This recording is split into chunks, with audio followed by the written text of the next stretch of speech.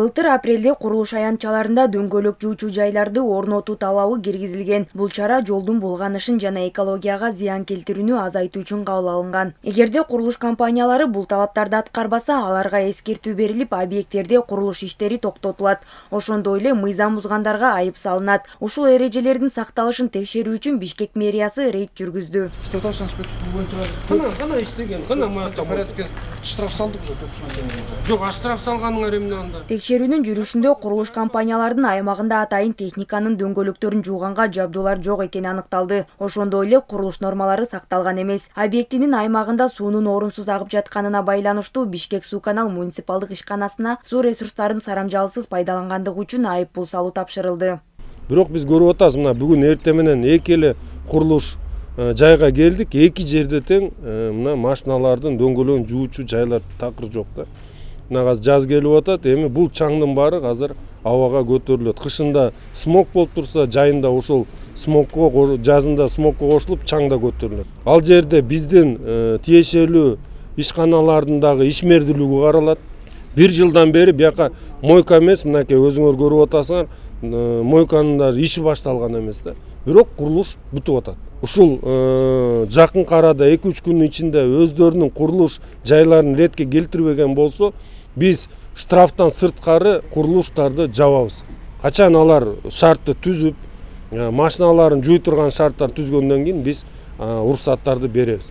Курулуш техникаларынын айынан асфальт жолдор бузулуп, жарандар тарабынан арыз талаптар түшкөн. Кээ бир курулуштар жашоочуларга ыңгайсыздык жаратып, алардын күнүмдүк жашоосуна тоскоолдук кылууда. Бул жерде тротуар бар болчу, тротуарлар полный жок болду уже.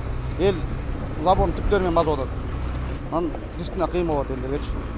Бул жол менен биз садикке, мектепке каттайбыз. Бул жерден чыгып аткан машиналар өзүңүздөр көрүп атасыздар, кандай лайды алып чыгып атат.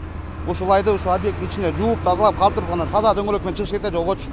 Анан булар ошо эрежени сактагандан улам келип ушул нерсенин баардыгы болуп атат да. Тургундар курулуш иштери айлана чөйрөгө жана жолдорго терс таасирин тийгизип жатканын айтып, мэрияга кайрылышкан. Тийиштүү органдар бул маселени көзөмөлгө алып, эреже бузган курулуштарга айып пул салып, ишин убактылуу токтотууга чейин чара көрөт. Бул жерге, например, бул объектке, бул жактагы жарандар тарабынан арыз түшкөн.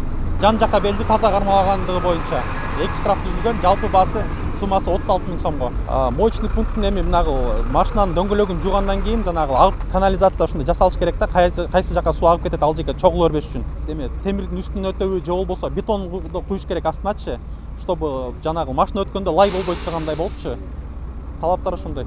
Курулуш жетекчиси жумуш жакын арада башталганын, талаптарга ылайык техниканы жуучу жабдуулар жасалып жана суу агып кетүүчү жайлар казылып жатканын билдирди.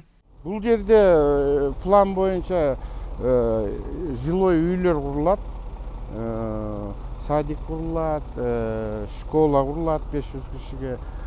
Жумуш жакын деле башталды. Бизде дагы пландар бар. Ошон үчүн буну параллельно биз нормага ылайыктатып баарын жасап атабыз. Сиздер көргөндөй бул жерде атайын авто жуучу площадка даярдалып, темирден эстакадалар жасалып атат мына. Сөзсүз жолдордун баары кайра восстановление болот.